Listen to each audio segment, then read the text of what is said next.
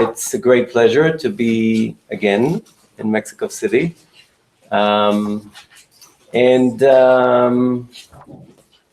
let me say the talk for today is focused on one particular passage, and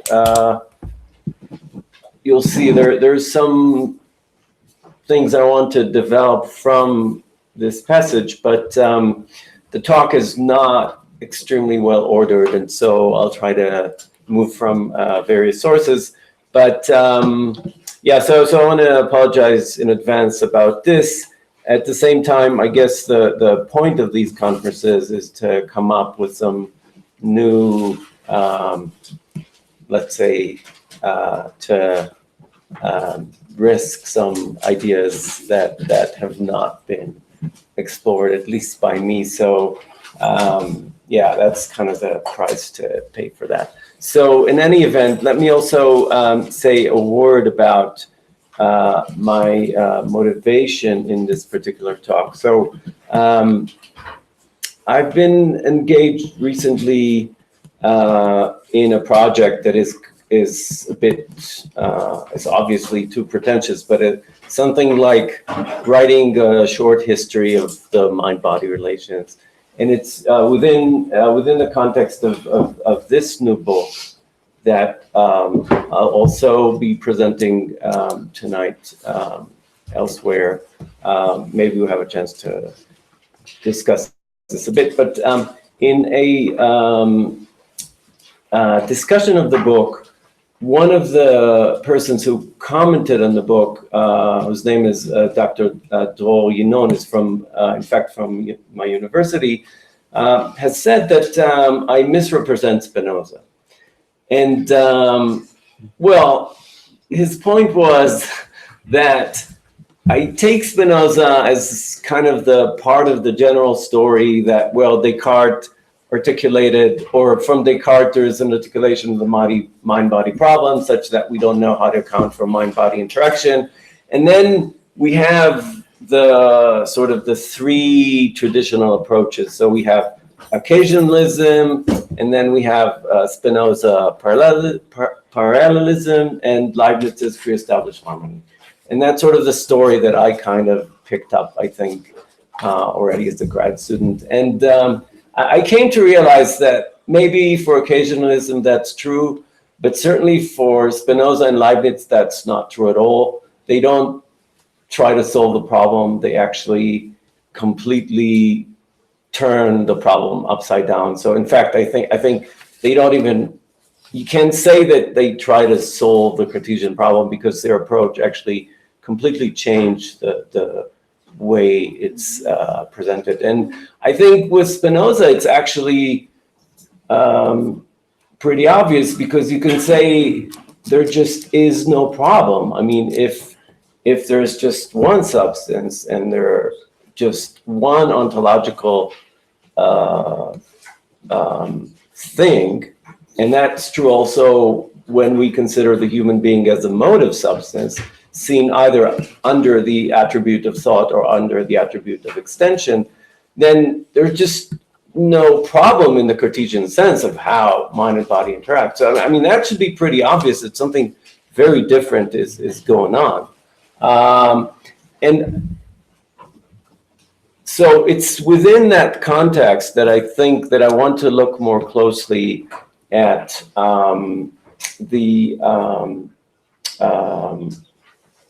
it's mainly this column to proposition 2 in part 3. So I want to read a bit of that passage. It's kind of a longish passage, but I think it's better to get the material out. So the proposition itself reads, the body cannot determine the mind to thinking, and the mind cannot determine the body to motion, to rest, or anything else, if there is anything else. Right, the scholium reads as follows: these things are more clearly understood from what is said in part 2, P7, as namely that the mind and the body are one and the same thing, which is conceived now under the attribute of thought, now under the attribute of extension. The result is that the order or the connection of things is one, whether nature is conceived under the attribute or that, under this attribute or that. Hence, the order of actions and passions of our body is by nature at one with the order of actions and passions of the mind. This is also evident from the way in which we have demonstrated in Proposition 12 of Part 2. But although these things are such that no reason for doubt remains, still I hardly believe that men can be induced to consider them fairly unless I confirm them by experience. They are so firmly persuaded that the body now moves, now is at rest, solely from the mind's command, and that it does a great many things which depend only on the mind's will and its art of thinking. For indeed, no one has yet determined what the body can do. That is, experience has not yet taught anyone what the body can do from the laws of nature alone, insofar as nature is only considered to be corporeal, and what the body can do only if it is determined by the mind. For no one has yet come to know the structure of the body so accurately that he could explain all its functions. Not to mention that many things are observed in the lower animals which far surpass human ingenuity, and that sleepwalkers do a great many things in their sleep which they would not dare to do awake. This shows well enough that the body itself, simply from the laws of its nature, can do many things which its mind wonders at. So that's kind of the point I want to stress, the idea that the body can do things that the mind can wonder at, or the mind wonders at. So in a way, the implication here is the capacities of the body far extend the knowledge of the mind. So Spinoza goes on, again, no one knows how or by what means the mind moves the body, or how many degrees of motion can give the body, nor what speed can move it. So it follows that men say that this or that action of the body arises from the mind, which has dominion over the body. They do not know what they are saying, and they do nothing but confess in fine-sounding words that they are ignorant of the true cause of that action, and that they do not wonder at it. So obviously one point Spinoza has in mind here is the idea, the presumption that people have that the mind can govern and command the body, which he obviously denies. That's very well known, and I sort of want to leave that aside. I want to raise more particularly this idea that the body can do many things that the mind can only wonder at from a slightly different perspective. So here is the way I articulate the problem.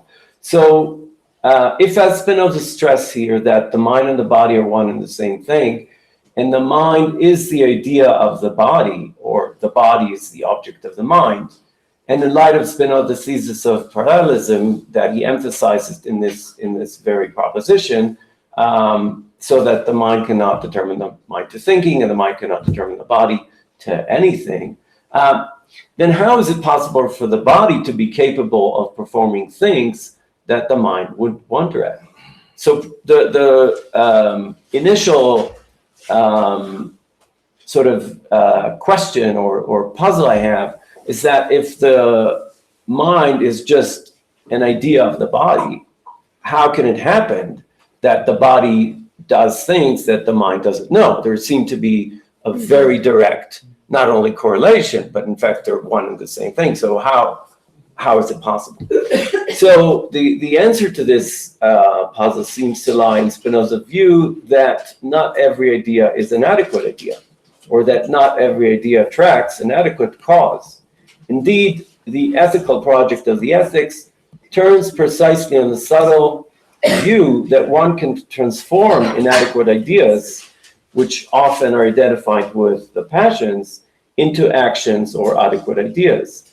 And this very transformation results in increasing our power of action, which in turn reduces the impact of the passions. And as we know, this for Spinoza is basically the way for liberation. I mean, that's the way we can liberate ourselves from what he calls the servitudes of the affections.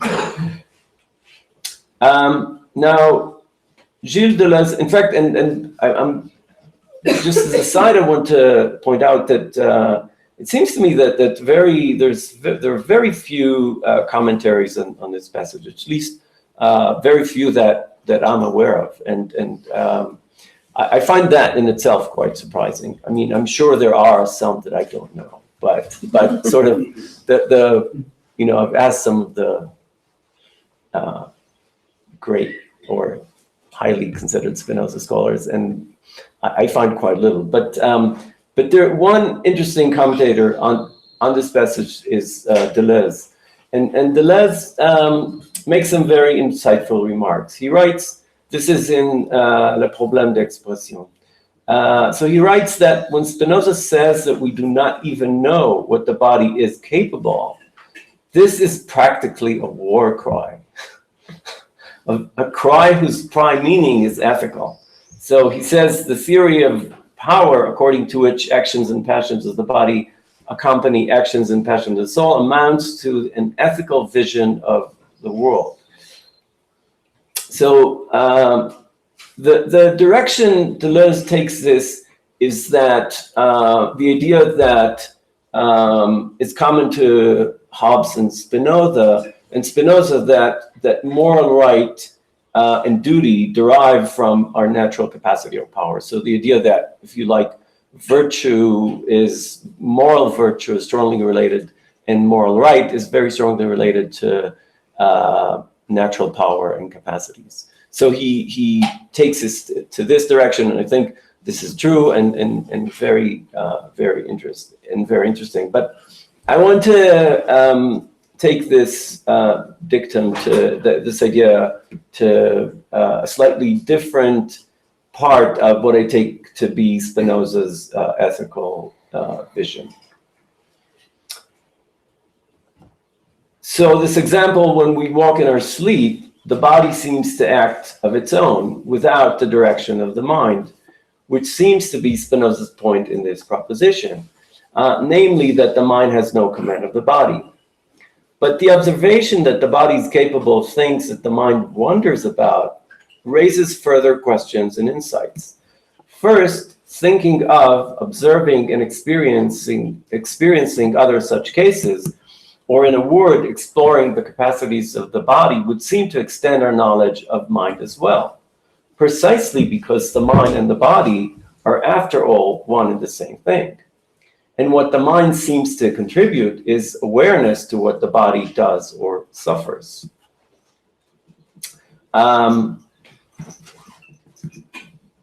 So this is also expressed nicely in Dan's paper, where he says, since every mode of extension, every body has a corresponding mode of thought, which can be construed as its mind, we can only learn what is distinctive about the human mind by discovering what is distinctive about the human body.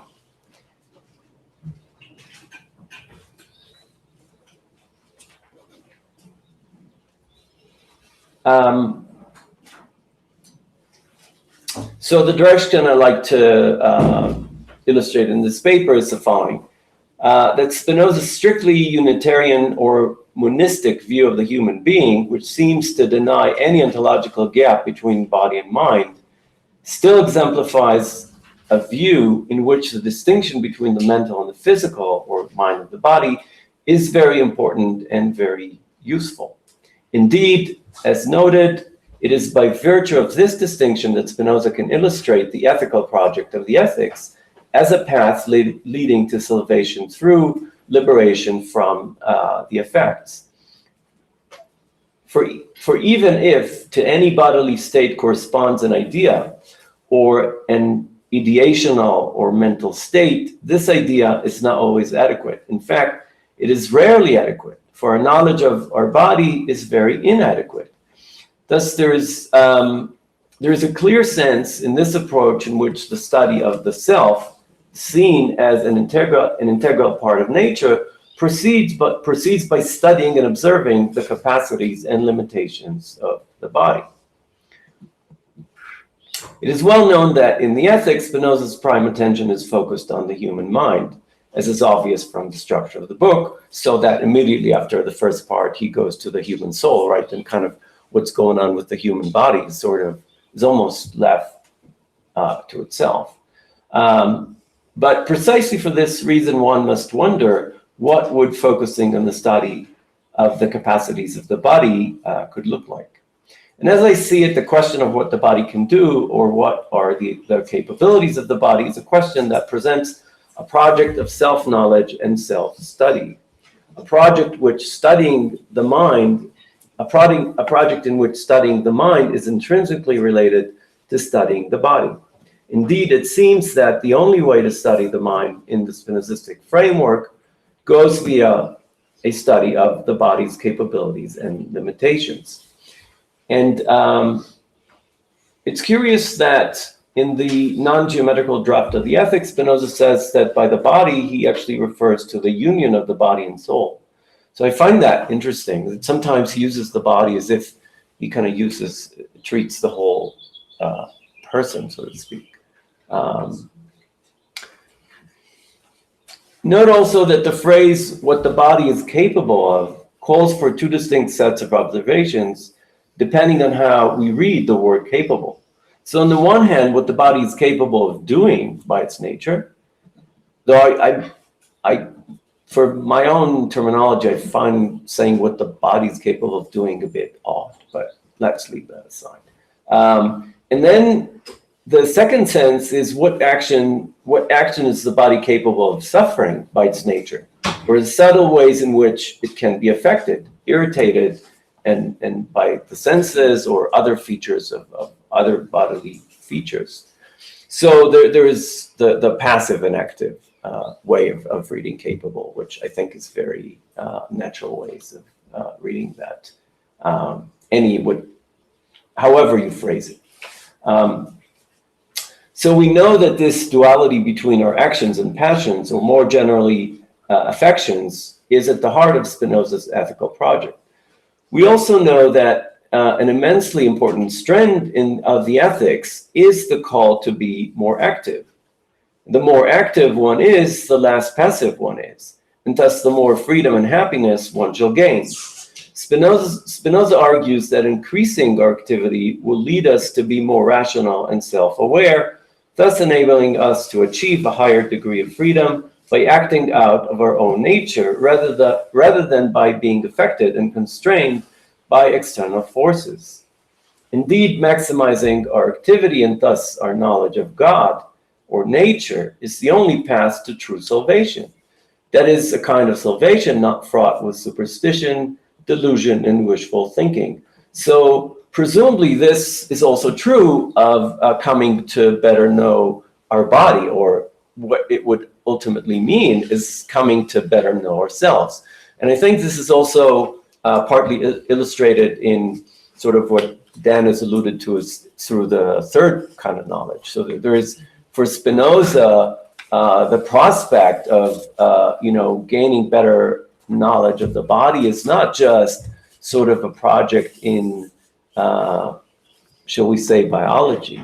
I mean, it's, and I want to raise a question at the end, how do we go about this? I mean, is this sort of a purely scientific kind of project, or is it an ethical kind of project? And how do we go about, studying the body in whether we go scientific or whether we're supposed to have to go? I mean, I don't want to claim that there's something in Spinoza that goes beyond scientific. I just want to say that I'm not sure that the scientific method that actually there's good examples in the previous talk. And in that sense, I think Descartes does Spinoza does follow Descartes and others in trying to be very scientific, but I'm just not sure that in this example, in this case, the study of the mind in the strict, rigorous, scientific, let's say mechanistic way is precisely the way to salvation. I mean, I kind of wonder about that. Right, and I'll raise the question, if I have time, a little bit through, through the way that Stephen Nadler has paraphrased or argued about that.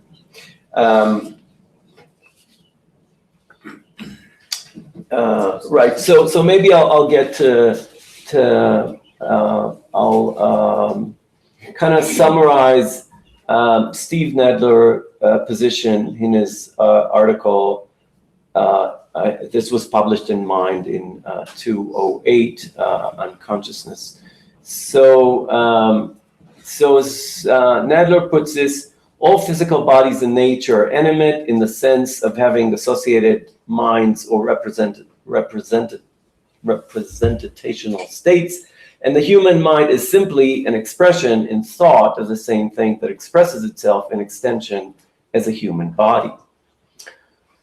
What we find in Spinoza, this is Nadler, in fact, are some very suggestive remarks for a particular kind of project, one that represents a naturalistic account of consciousness that is precocious insofar as it points the way to just the kind of empirical scientific inquiry into consciousness that characterizes contemporary neurosciences and some recent philosophy of mind.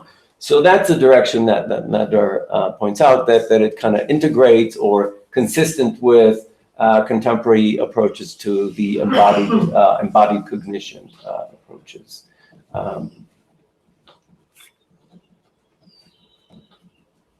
So we can cite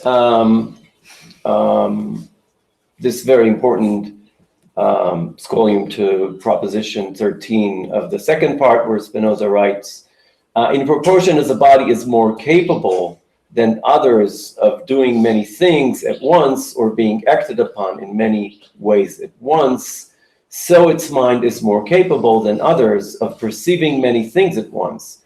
And in proportion as the actions of the body depend more on itself alone, and as other bodies concur with it less in acting, so its mind is more capable of understanding distinctly.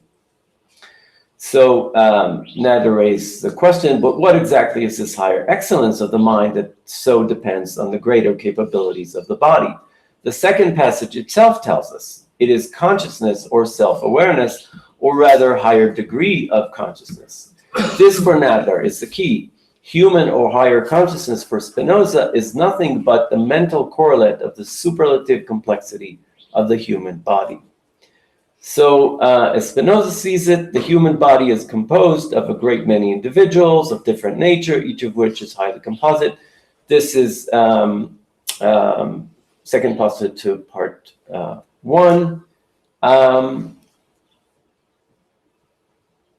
And in a clause that connects the constitutive complexity of a body with its passive capabilities, Spinoza says, by this we see how a composite individual can be affected in many ways and still preserve its nature. So let me quote Nadler again. Just as the human body is composed of a rich diversity of parts and relations among those parts, compositionally deeper and relationally richer than what is found in any other kind of body, so the human body is composed of a rich diversity of ideas corresponding to those bodily parts in motion, and equally rich diversity of relations among those ideas, which corresponding to relations between bodily parts.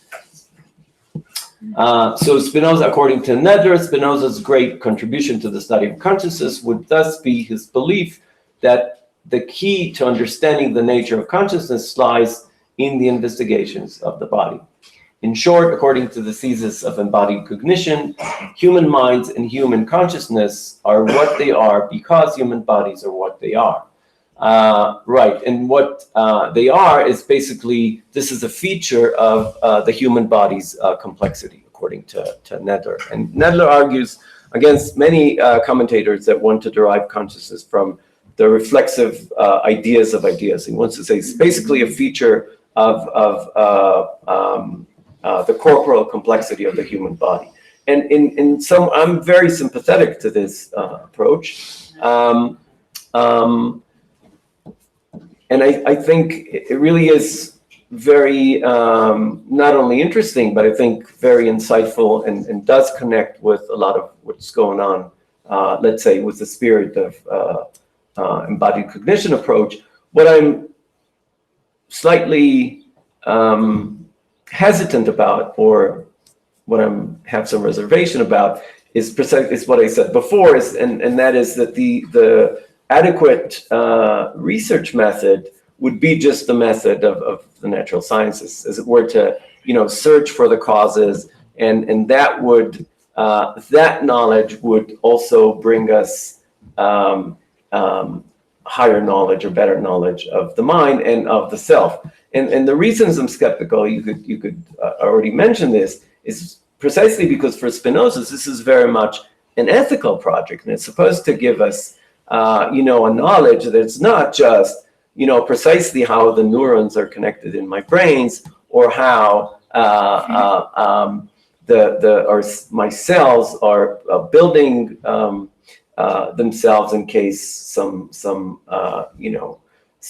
irregularity occurs. I mean, all these are, of course, fascinating and really important points, but I'm just slightly skeptical whether it is what Spinoza has in mind, or how, if that's what he has in mind, how exactly it works with the ethical project.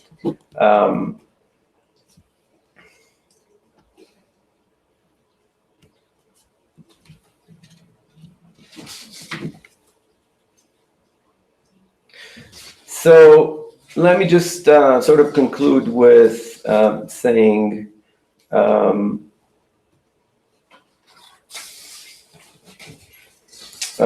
this. So what I'd like to point out is that this question and the project, and this project precisely because Spinoza doesn't, or already said that, can be, I think, interestingly pursued in the context, and this is where I begin, in the context that the project that we have tried to formulate here, namely what we call the psychophysical lab. And the approach here is really not scientific, but it's a way, so again, scientific in the rigorous sense that we do experiments and we compare them, and that in fact we're not even allowed to relate to our own feelings, because this would be subjective and so on, and we have to use measures and tools and devices to measure what's going on. And here is a point where I sort of want to draw in what I think is an interesting contrast between Descartes and Spinoza. So they both, of course, advance the scientific approach, but I think that in Descartes we have to think about, if we are to sort of investigate our own bodies or our own cells, we'd have to accept the usual scientific method. There is only one such method for Descartes. And that means that we have to be impartial. We have to think of our body as just anything else in nature, and we have to investigate in the adequate methods.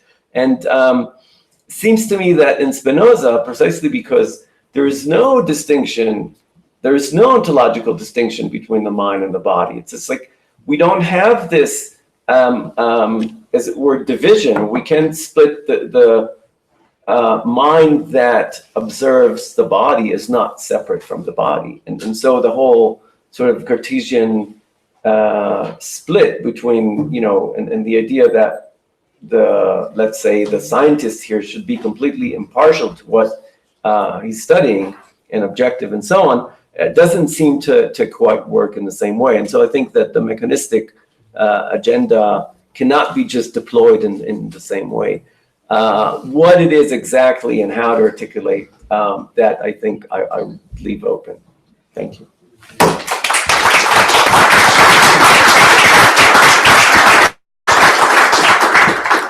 Thank you very much for this very interesting and full of reflections paper. And so I have Enrique and Raquel, and then Dan, and then Rafael. Let me write it down, please. Okay. Thank you very much. This is fascinating, and good luck with the project. My question has to do, right, with your question about whether the project should be seen as scientific or ethical. And I wonder why it seems to me that you're implying that this is an exclusive or and not an inclusive or. And so my sense is that why not both? And I think that for Spinoza, it's both. And that these are not necessarily in tension or incompatible. They're not even in tension or incompatible in Descartes, right? Because, right, in the tree of knowledge, right, at the branches, right, you have the mechanics, and you have morals, and you have medicine very well. So why not both? Well, I want to say, yeah, sure. Let's have both. And in fact, I think Dan pointed out in a nice way that these can be reconciled. So the first and third kind of knowledge. So I do want to say this, but I don't want to be, how shall I put this? I don't want to play down the problem, or I don't want to play down, or maybe I want to stress further why I think just the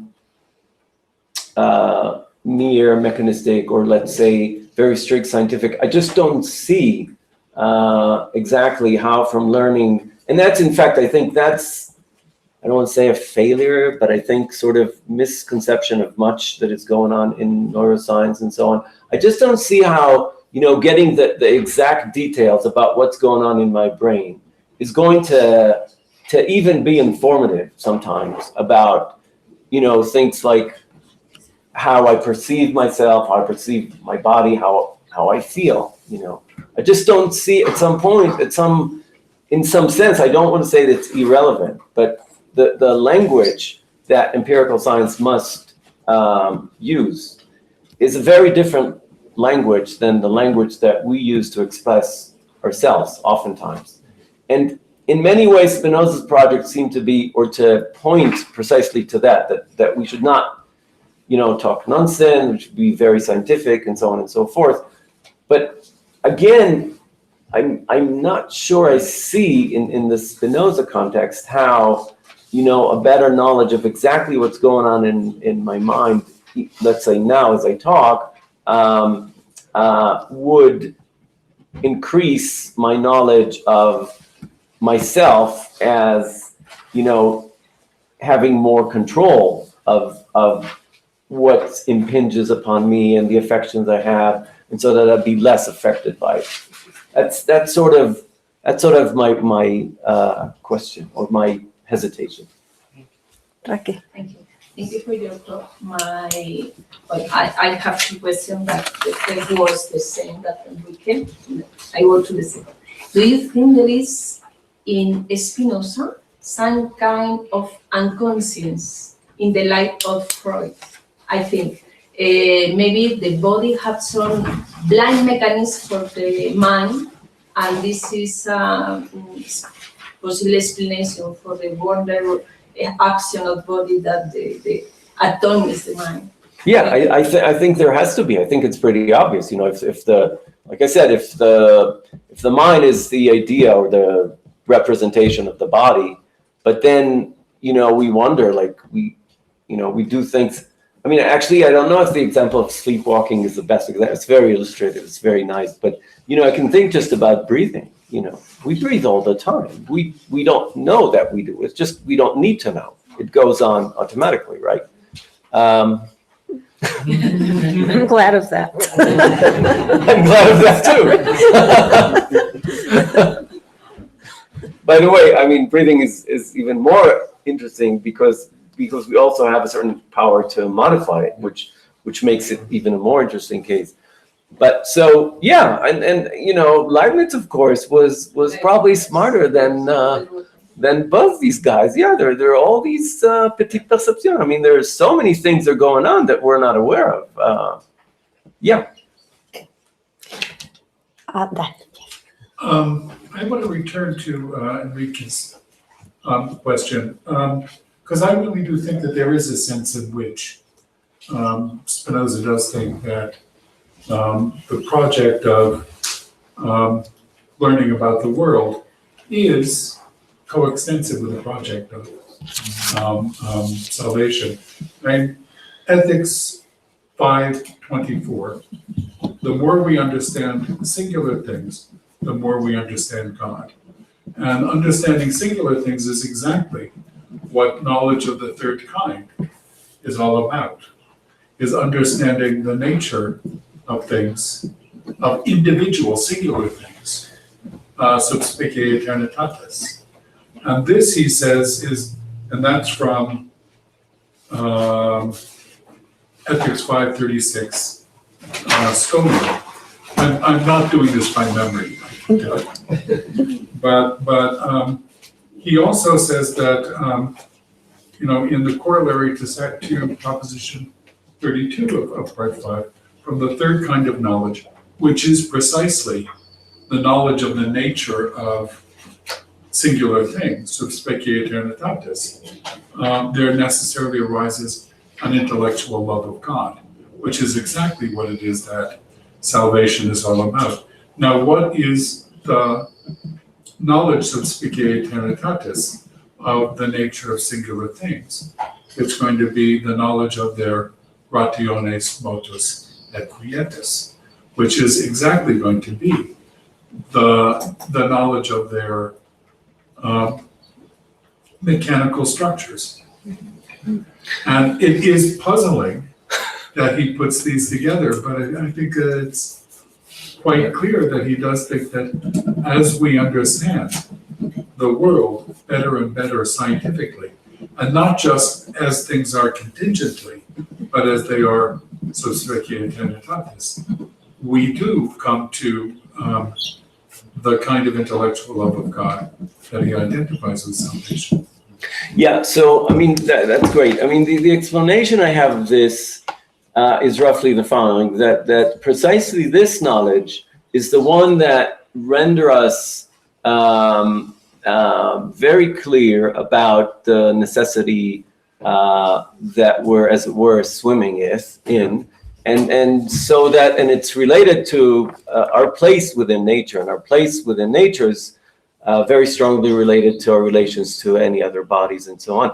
And once we have that precise idea of, you know, who we are and where we are in nature, and that we're part of this necessary causal network, then, for instance, we know very clearly that we're going to die, right? And so we know this is part of the necessary chain of it. And so we know we have no reason to worry about or to, you know, hope for anything else. And that just takes any worry or concern about the future. More than that, it brings us to intellectual love of God. Yeah, because the intellectual love of God here is just in the sense of knowledge, right? I mean, love is, I take it in the sense of knowledge of God. But the knowledge of God is also a knowledge of ourselves, or more precisely our place in nature, and you know, bring us the adequate place we have, and so that we can't aspire for eternal life and so on. And I think you're absolutely right about that. Again, you know, it's not exactly the kind of insight that we get from science, or at least science coupled with some pretty serious philosophy or metaphysics, I think. No? I mean, you don't find the physical lab, I mean, not the serious physical lab will not give you these results. I think. Because that's giving us knowledge of the second kind. Okay. Right. Not knowledge Yeah, of the, but not so, knowledge of the third but kind. so ordinary scientific knowledge is not, as far as I can tell, knowledge of the third kind. Yeah, no, and that's true. That's true. But it is, now I think of the knowledge of the third kind. You remember, for example, Locke, when he's talking about, when Locke is talking about how there can never be a science of body in book 4 of the essay. What he has in mind is we can learn general laws, but we can never really penetrate and understand. It is simply beyond us to understand the what makes individual things the individual things that they are. And that's exactly the kind of insight that Spinoza has in mind here. Now, is it science? It's not really scientia in the strict 17th century sense, because that is going to be general knowledge, which is going to be knowledge of the second kind for Spinoza. But it is going to be understanding how each individual thing works, which is to know its makeup, its structure, its nature. So specie eternitatis. Do we want to call that science? Well, I think that it's something that we would call science. Yeah. But even if it isn't scientia in Spinoza's, Or that we should call science. we should call science, but maybe still something that is on the table. Right. Okay, Rafael. Thank you very much, first of all, because I found the talk really stimulating. But I would also like to make a little question and commentary in the same line of Professor Garber.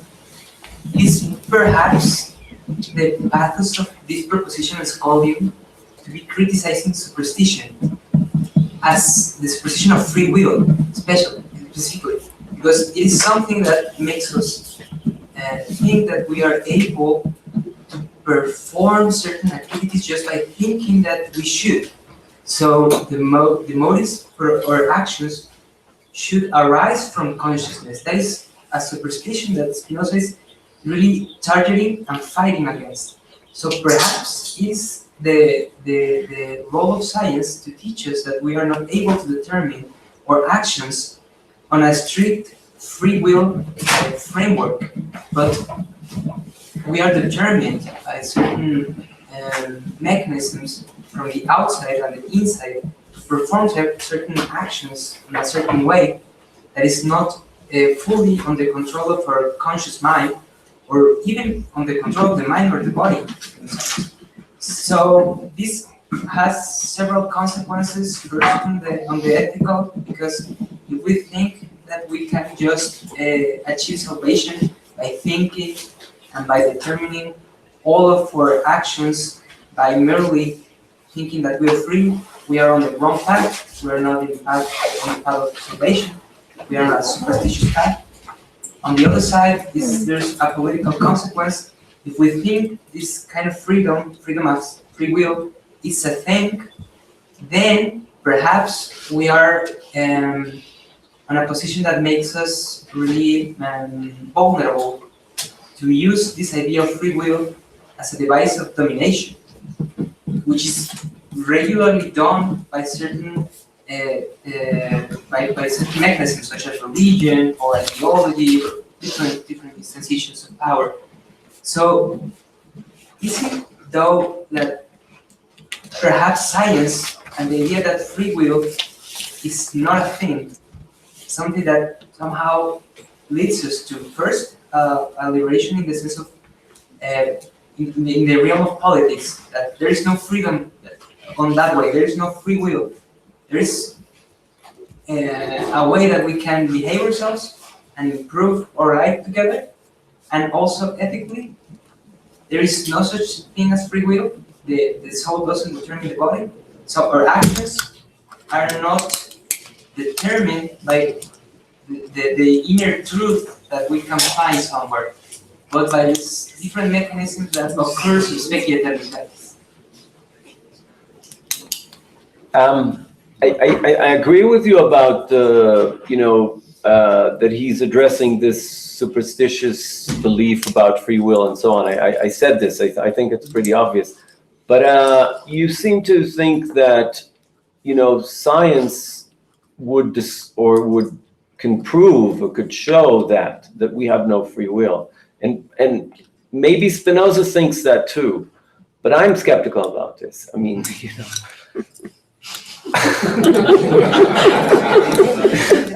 You know, I just don't see that science can prove that there's some sort of thesis is that just by investigating the mechanisms of how, I mean, you could give as an example, now they observed, right, that there are certain things triggered in the mind before people even know that they want something. So maybe that's a scientific proof.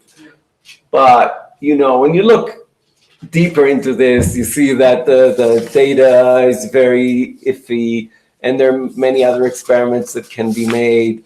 I'm very skeptical about, you know, giving this role to science, because there are always so many presuppositions that you have to make in order to carry out this experiment. And so I just can't see, you know, science delivering this, that it would be evident of itself that, I mean, what Spinoza is saying is a very, I think, insightful, very interesting, very ingenious thesis that runs very much counter to a lot of tradition and so on.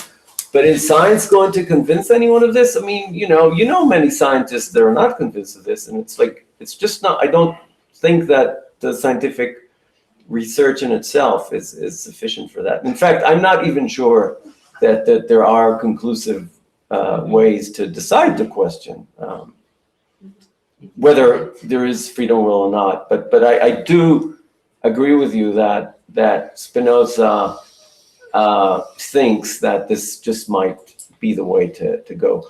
Let me just say also that, of course, it's still interesting and still consistent with all that, and precisely that this is part of his motivation to draw attention to the fact that we're ignorant of so much of what the body is capable of. So I think that this research into what the body is capable of is in itself, and within this program, you know, a very interesting and fruitful research program, if you like.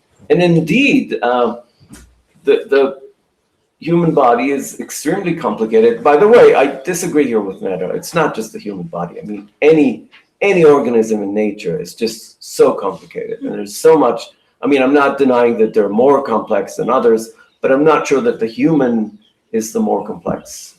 I mean, I don't know. I mean, that's to be found out by science, and not to be just assumed. I mean, there are many complicated. I mean, our DNA. Not only the DNA, but we have, you know, example of octopuses, right, which are considered to be very primitive. And then there are just, the complexity is not just, is mind-boggling, right? There are all these agents working together within one octopus, you know. What's going on, you know? I mean, I think that this presumption that the human, the human being, the human has the most complex body is just a presumption. I mean, I don't see much reason to believe in that, other than, of course, our own. You know, we like to think of ourselves as, you know. Okay. Well, thank you very much. And Thank you.